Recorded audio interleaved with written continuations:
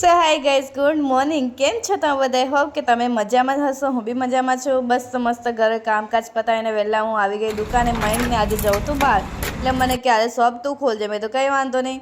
પછી આપણે આવી ગયા દુકાને. મેં કીધું ચલો હાઈ સાત તો મને આરામ મળશે. પછી અહીંયા એને ખબર પડી કે આપણે તો અહીંયા કચરા પોતો અહીંયા બી કરવું જ પડે ઘરની જેમ. આ બી આપણું ઘર જ છે. પછી આપણે લાવી ગયા કામકાજ ઉપર. આરામ તો હવે મળશે જ નહીં આજે બી. જોઈએ કે આજનો દિવસ કેવો જાય છે. તમે મારા વિડીયોમાં બને રહેજો. હું કામકાજ પતાવીને પછી હું કરીશ દીવાબત્તી.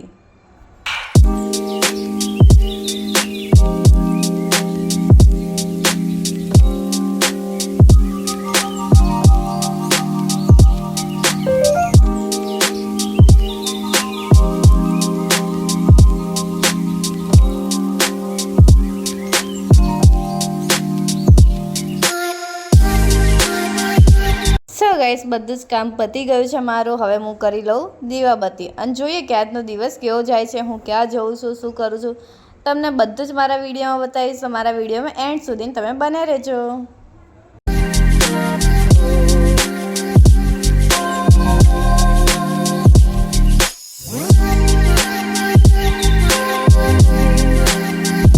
સો ગાઈસ, પછી મને બેઠા બેઠા કંટાળો, પછી વિચાર્યું ચલો કપડાની રીલ્સ બનાવી દો. એમ બી નવરાત્રી ચાલે છે એટલે ઓફર નીકળવી જ પડે. અને પછી મારા ભાભીનો ફોન આવે કે તબિયત ખરાબ છે તો અહીંયા આવે. પછી આપણે એક્ટિવા લઈને સેલમાં નીકળી ગયા ભાભીના ઘરે. ત્યાં જઈને જોયું તો ભાભી તો બીમાર હતા, શાંતિથી ખાટલામાં સૂતા હતા. અને મારી ભત્રીજી પેઇન્ટિંગ કરતી હતી. તમે જોઈ શકો છો ગાઈસ કે ચિત્ર બનાવે છે. પછી મેં તો કંટાળો લાવ આને તો હેરાન કરીએ આપણે. પછી મેં એને મસ્તી કરતી એની જોડે એને ચિત્ર બનાવતી હતી તે હેરાન કરવા લાગી. એટલે એનું મગજ એવું જાય છે ને, જો એનું મોઢું જોઈ શકો છો તમે. પછી આપણે કંટાળા આવતો એટલે ભાભી કે લે તો તારે ખાવા બનાવી દેતું. એટલે પછી આપણે બેસી ગયા બટેકા સુધારવા માટે, કેમ કે બટેકા ડુંગળીનું શાક બનાવવાનું છે.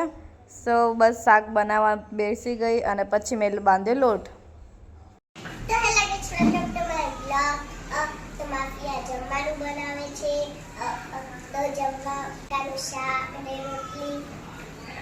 સો ગાઈસ, પછી મેં મારા હાથોથી ખવડાવી દીધું એટલે ખાઈ લે ને આખો દિવસ ભૂખી રહેશે.